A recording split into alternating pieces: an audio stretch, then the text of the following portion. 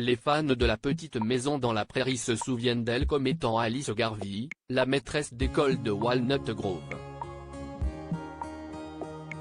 Ersha Paradis s'est éteinte à l'âge de 78 ans. Ce sont nos confrères de The Hollywood Reporter qui ont annoncé la triste nouvelle. Ersha Paradis s'est éteinte, à l'âge de 78 ans.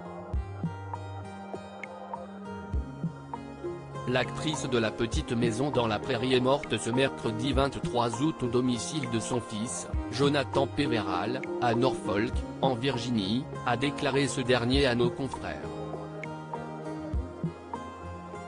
Elle souffrait d'une tumeur au cerveau, et il avait créé une page GoFundMe pour l'aider à payer ses dépenses, explique le magazine américain.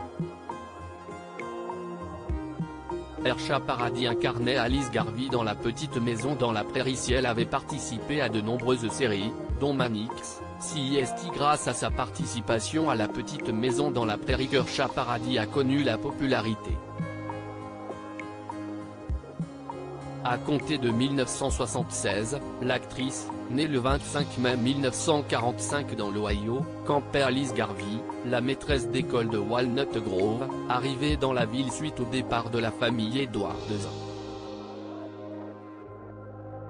Selon nos confrères de The Hollywood Reporter, Ersha Paradis avait dans un premier temps postulé pour incarner Caroline Ingalls avant que Karen Grassle ne soit engagée. D'ailleurs, elle est apparue dans la 3e saison en tant qu'Eliza Ingalls, la belle-sœur de Charles Ingalls, avant de revenir plus tard sous les traits d'Alice.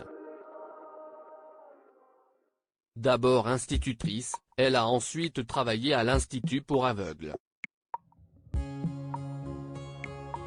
Si est là que son personnage a trouvé la mort dans un incendie qui a bouleversé de nombreux fans de la série culte, puisque son personnage est décédé avec le bébé de Mary Ingalls dans les bras.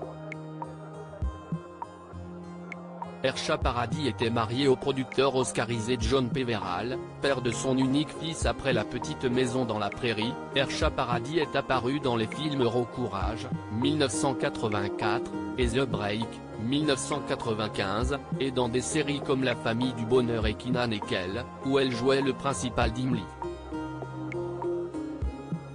Côté vie privée, elle mariée au producteur oscarisé John Peverall, avec lequel elle a eu un unique fils, Jonathan.